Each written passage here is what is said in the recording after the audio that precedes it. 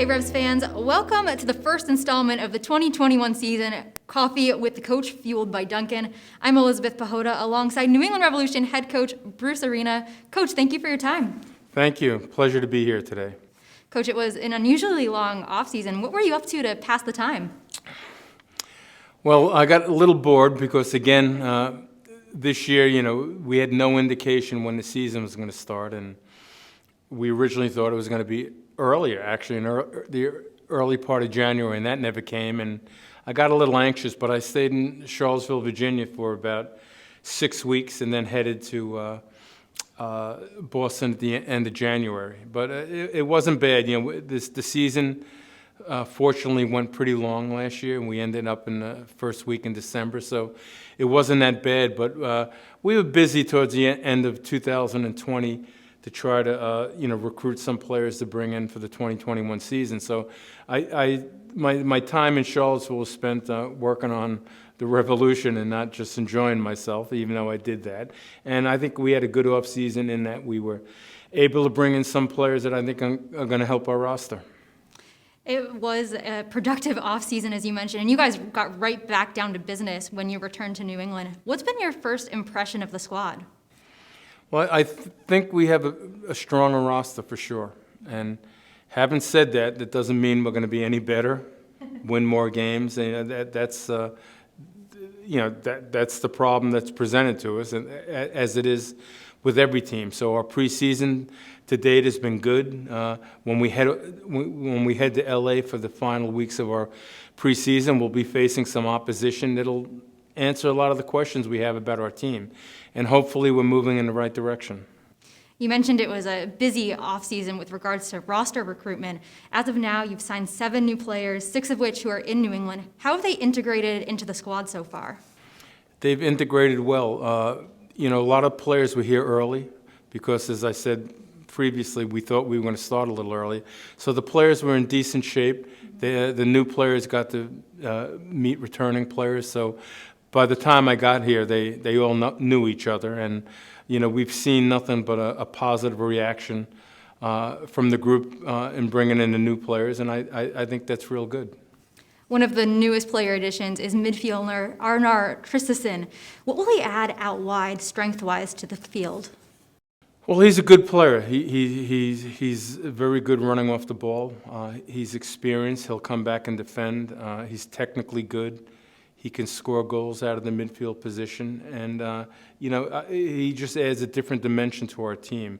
And, I think the team we have this year is going to be able to get goals from a lot of positions. And Arnar is one of those players that has a history of being able to get some goals. So that's a positive.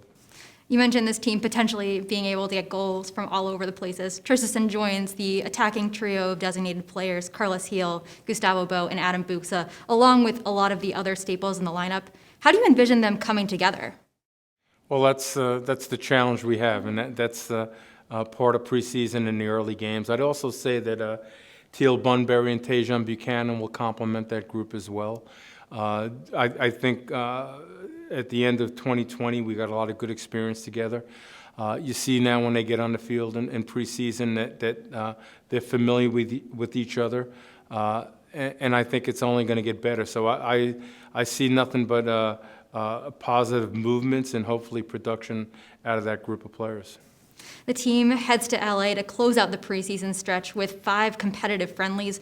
What's the biggest objectives of those preseason games? Well, it's certainly to continue to move forward in terms of players getting match fitness.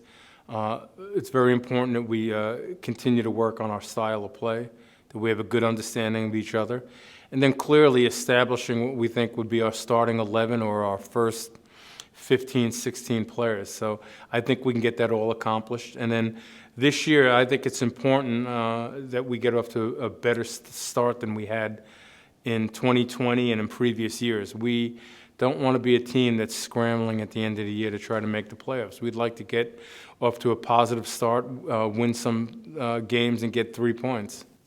You mentioned getting off to that positive start by winning games. How does the group accomplish that? Score more goals than the other team. If we do that, that'll be real positive. We're experienced enough, I think, and we understand each other. We know the league. We traveled well last year, so the opening game on the road should not present a problem. We'll bring back a couple of players in the preseason from the U23s, notably Henry Kessler and Tajon Buchanan.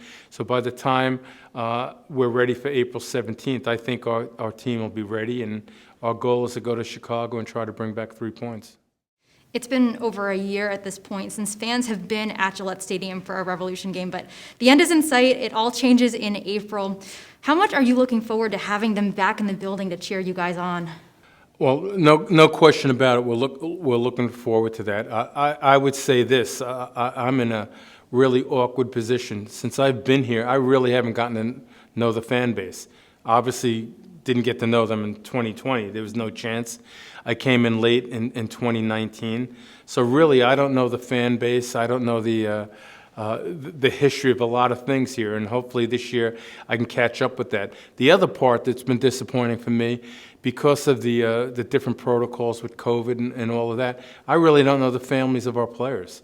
So this year I'm hopeful that that can happen as well. So I get more acclimated to our fan base, the families of our players, and it's a real positive year. But our players have reacted, and they talk very positively about the fan base, and they're really anxious to get them back this year.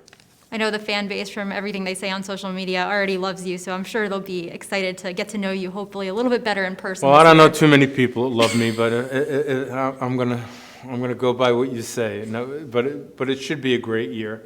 I'm looking forward to getting my wife back up here as well, and let her experience the Revolution a little bit. She hasn't had that opportunity, so hopefully it's a great year for everyone.